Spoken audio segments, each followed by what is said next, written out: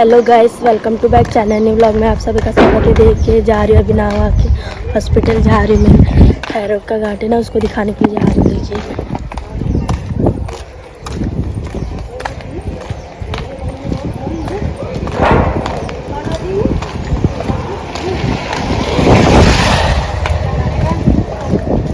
ये मेरी बड़ी मम्मी है, ये मेरी मम्मी है।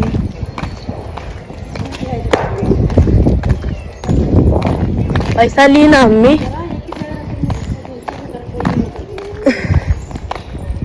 देख चाय पीने में मुझे एसिडिटी हो रही है।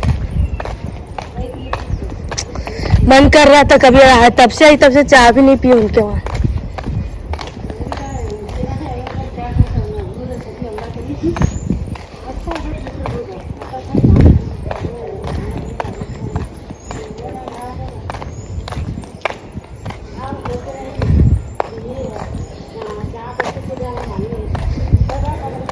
यहाँ का पूरा देखिए कैसा लग रहा है। वहाँ जाने के बाद आपको दिखाएंगे, ठीक है।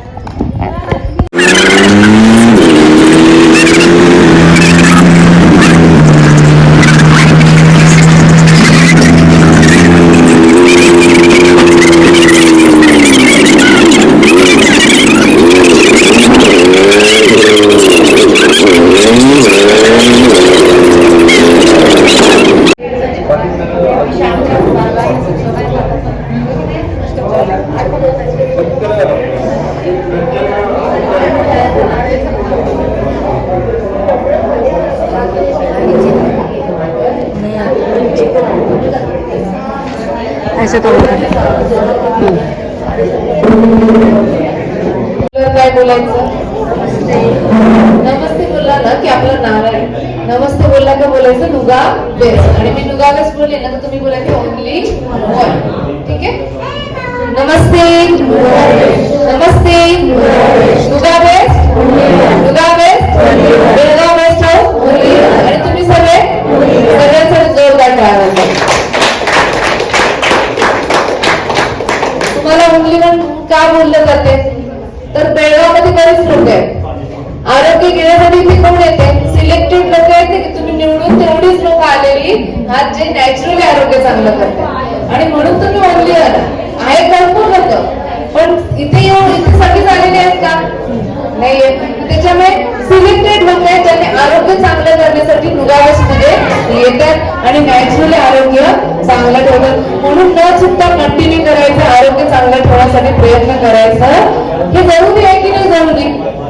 निरोगी राहणं जरुरी आहे ना? बरं किती जरुरी आहे? किती जरुरी आहे? कोण काय बोलतच नाही. जरुरी नाही आहे का? जरुरी आहे ना. निरोगी राहणं जरुरी आहे, पण किती जरुरी आहे? सगळ्यात जास्त जरुरी काय आहे? निरोगी राहणं. ह्याच्यासाठी काय करावं लागेल? प्रयत्न करावं लागेल. नॅचरली निरोगी राहण्यासाठी रोज नुगावेस मध्ये आला तर तुम्हाला हेल्थ चांगलं राहण्यासाठी मदत मिळाली जाते. म्हणून न चुकता कंटिन्यू करायचं आणि आपल्या फॅमिलीचं आरोग्य चांगलं करायचं. आपलं आणि आपल्या फॅमिलीचं का? कारण आजकाल लाईफस्टाईल मुळे आजार कुणाला येणार नाही असं आहे का? की याला आजार येते याला येणार नाही असं आहे का? आज लाईफस्टाईलचे राहणीमान बदललेलं आहे, त्याच्यामुळे सगळ्यांनाच प्रॉब्लेम्स यायला लागले. कोण असं हे नाही आपण सांगू शकत की लहान मुलांना प्रॉब्लेम्स आहेत. कितीतरी कमी वयात शुगरचे प्रॉब्लेम स्टार्ट झालेले आहेत. त्याचं कारण आहे आताचं राहणीमान बदललेले, जो सुख सुविधावाला राहणीमान आहे ना, ह्याच्यामुळे हे सगळे प्रॉब्लेम्स यायला लागले. आणि ह्याच्यासाठी आपल्याला स्वतःला प्रयत्न करावा लागेल. पूर्ण फॅमिलीला आरोग्य चांगलं ठेवण्यासाठी प्रयत्न करावं लागणार. म्हणून निरोगी राहण्यासाठी तुम्हाला रेग्युलर काळजी घेतल्यात, मॅनेजमेंट केलात तर निरोगी होऊ शकते. पुढे जाऊन प्रॉब्लेम. वॉशरूम जाना है ना किसी को तो वो साइड से जाइए, पीछे से. सभी ने ध्यान रखना है. किसी को भी अगर यहाँ पे कोई बोल रहा है तो वॉशरूम जाना है, कुछ भी जाना है तो पीछे से साइड से जाने का. यहाँ से डायरेक्ट जाने का नहीं, लेकिन पूरा डिस्टर्ब हो जाता है. इन्व्हेस्टमेंट करा. बाकी तुम्हाला पैसा, अडका, गाडी, सगळं घर आहे, सगळं काय तिथेच राहणार आहे. पण शरीर नसेल ना तर काही मिळवता येणार नाही. शरीर आहे ती कोणत्याच गोष्टीचा आनंद घेता येत नाही. शरीर सगळ्यात इम्पॉर्टंट आहे आणि ह्याच्यावर इन्व्हेस्टमेंट करणं गरजेचं आहे.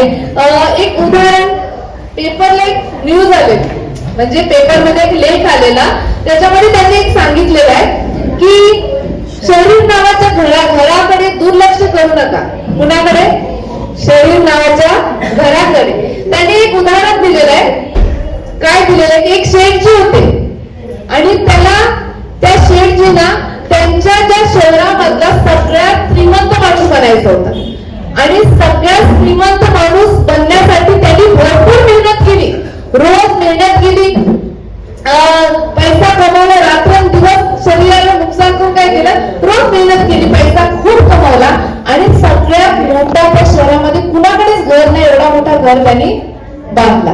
आता घर बांधल्यावर काय झालं, त्या माणसाकडे घर बांधल्याने गृहप्रवेश झाला, म्हणजे घरात नवीन पहिलं जातो ना राहायला, गृहप्रवेश झाला. गृहप्रवेशासाठी माणसं आली, परिवारातली फॅमिली मधली मित्रमंडळी सगळे आले. मित्रमंडळी आल्यानंतर काय झालं, त्यांनी सगळ्यांनी दिवसभर काही लोक त्यांना एन्जॉयमेंट केला आणि लोक घरी गेली. आता घरी गेल्यावर हा थकलेला माणूस होता, दिवसभर प्रोग्राम झालेला आहे, थकलेला होता. त्यानंतर काय केला, कंटाळून झोपायला गेला आणि झोपल्याने काय लागलं, झोपल्यावर एक आवाज आला. आता आवाज कोणाचा होता, तर मी तुझा आत्मा आहे आणि आता मी तुझं शरीर सोडून जात आहे. काय बोला, मी तुझा आत्मा आहे आणि मी आता तुझं शरीर सोडून जात आहे. त्याच्यामुळे तो काय म्हणाला, तू असं शेठची घावायला लागतो, असं करू नको, तू गेलास तर मी काय होणार, मरून जाणार, तू गेलास तर मी मरून जाणार आहे आणि तुझ्याशिवाय अशा अनेक वर्षाच्या मेहनतीने हे यश मला मिळालेलं आहे की मी सगळ्यात श्रीमंत माणूस बनलेला आहे. अनेक वर्षाच्या मेहनतीने मी सगळ्यात श्रीमंत माणूस बनलेला आहे. 100 वर्ष टिकेल एवढं मोठं घर बांधलेलं आहे. किती वर्ष टिकेल? 100 वर्ष टिकेल एवढं घर बांधलेलं आहे आणि त्याच्यावर ही संधी चालून आलेली आहे. आता कोट्यावधी खर्च करून सुख सुविधा घरामध्ये पाहिजे तेवढ्या मी तयार केलेल्या आहे. आता मी जर गेलो, आता तू गेलास माझ्यातून, तर मला ह्याचा आनंद घेता येणार नाही की भरपूर मेहनत केलेली आहे. त्याच्यामुळे आत्मा काय म्हणाला की हे जे घर आहे, तू 100 वर्ष टिकणारं घर आहे, हे तुझं घर आहे, माझं घर आहे, ते तुझं शरीर आहे आणि ते शरीर घर कसं आहे ते त्यांनी सांगितलेलं आहे की आरोग्य हेच माझं सामर्थ्य आहे आणि पैसा कमवण्याच्या नादामध्ये तू ह्या शरीर नावाच्या घराकडे काय केलेलं आहे, दुर्लक्ष केलेलं आहे. यांची मॅनेजमेंट केली नाही, याच्यासाठी चांगल्या गोष्टी खाल्ल्या नाही, याच्यासाठी एक्सरसाइज केली नाही, व्यायाम केले नाही, त्यानंतर चांगल्या ज्या हेल्दी गोष्टी आहेत त्या ह्याच्यासाठी खाल्ल्या नाहीये. आणि आता काय झालेलं आहे, याच्यामध्ये रक्तदाब म्हणजे ब्लड प्रेशरचा प्रॉब्लेम झालेला आहे, शुगर आलेला आहे, थायरॉइड आलेले आहे, मणक्याचे प्रॉब्लेम झालेले, डायजेशन बिघडलेले, अशा अनेक ह्याच्याने काय झालेलं शरीराने आजाराने हा शरीर काय झालेलं आहे, पोखरलेलं आहे. त्याच्यामुळे तुझं हृदय कमजोर झालेलं आहे. आता तुला रात्रीची झोप लागत नाही. आता तूच सांग, अशा घरामध्ये मी राहीन का? अशा घरामध्ये मी राहीन का? आजूबाजूला तुला आवडेल का अशा घरामध्ये राहायला? घराच्या भिंती पडलेल्या, घर पोखरलेलं आहे किंवा घराचं छत गळतंय, घरामध्ये आपण राहू का असं, तू राहशील का असं? त्यांनी आत्म्याने विचारलं की तू अशा घरामध्ये राहशील का त्या घराच्या भिंती नाहीये, ज्या घराचं छप्पर गळतंय, ज्याला वाळवी लागलेली अशा घरामध्ये तू राहशील का? तो विचार करायला लागला की मग तुझा शरीर आहे आता शुगरने भरलेलं आहे, बीपीने भरलेलं आहे, ब्लॉकेजेस आलेले आहेत, डायजेशन बिघडलेलं आहे, गुडघे बिघडलेले आहेत, सगळे आजार शरीरामध्ये आहेत. ह्या घरामध्ये मी कसं राहणार? जर त्यानंतर 2022 पासून ते आलेले नाही, थेरपी मॅनेजमेंट केली नाहीये. म्हणून योग्य वेळी डिसिजन घेणं गरजेचं आहे शरीरासाठी. कधी ब्लॉकेजेस वाढले कळलंच नाही, सकाळी रात्री झोपले, सकाळी उठलेच नाही, अशी कंडिशन येतं. म्हणून विचार करायचा आहे की कधी प्रॉब्लेम कधी मॅनेजमेंट करायचे, कधी इन्व्हेस्टमेंट करायचे, प्रॉब्लेम्स आल्यावर की प्रॉब्लेम्स येऊ नये. आजारी पडल्यावर खर्च करण्यापेक्षा स्वास्थ रहने के लिए खर्च करणं जरुरी आहे की नाही? निरोगी राहण्यासाठी आपल्याकडे पॅरालाइज वाली बरीच लोक येतात. एक तिलकवाडीचं एक्झाम्पल आहे. एक आई थेरपीला येत होत्या, थेरपीला आल्यानंतर काय झालं, रोज चांगलं बीपी वगैरे होतं, रिझल्ट खूप छान आला. पण ती काय सांगत होती की बाळा मुलगा होता, त्याला यायला वेळ नाही, घरामध्ये आपण हे मॅट घेऊया की तर घरामध्ये सगळे वापरतील. त्यांनी काय केलं, केला, मुलगा म्हणाला की आता मला काही गरज नाही. आणि मुलाचं वय होतं 38. किती वय होतं? 38 वय. मी कधीतरी फोटोज पण दाखवेन तुम्हाला, आपल्याकडे बेस्ट हाऊस मधले फोटो आहेत त्यांचे. 38 एज होता आणि 38 एज मध्ये त्यांना नंतर काय झालं, पॅरेलाइज झालं. आता पॅरेलाइज झाल्यावर काय झालं, मुलगाला चालताच येत नव्हतं. आईने दोघांचा सहारा घेऊन नुगाबेस मध्ये घेऊन यायला सुरुवात केली. त्या पॅरेलाइज झाल्यावर 1.5 लाख रुपये त्यांनी खर्च केला केली मध्ये. त्यानंतर नुगाबेस मध्ये घेऊन आले.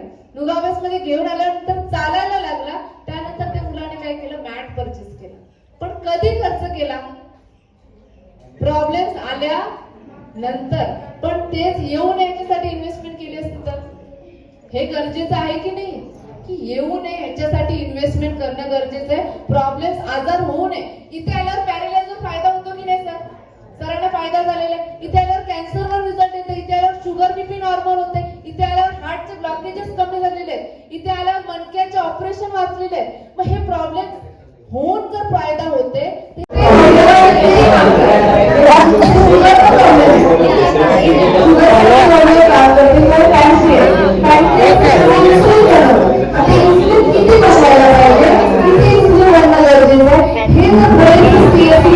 देखिए गाइस, घर पे पहुंच गए हैं उधर से आने के बाद। वीडियो अच्छी लगी तो लाइक शेयर कमेंट सब्सक्राइब करना। तब तक के लिए बाय।